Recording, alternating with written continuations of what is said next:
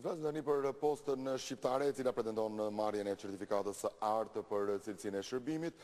Sipas Unionit të Përbotshëm Postar, është një vlerësim se posta shqiptare ka grumbulluar deri më tani 1975 pikë, ndërkohë që kufiri për të hyrë në nivelin e kësaj certifikate është 2000 pikë.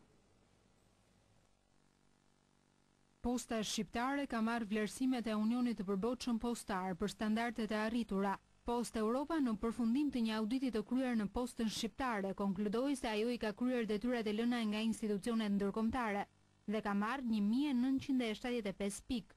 Kufiri për të hyrë në nivelin e certifikatës së artë është 2000 pikë.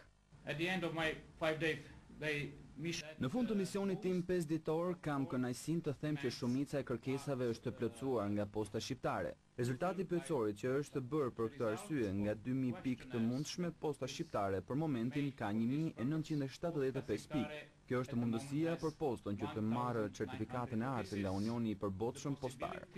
To be awarded a gold certificate of quality by the UPU. Pra ne futemi përsa I përket afrimit të shërbimit dhe kualitetit të tyre tek 30 postat më të mira.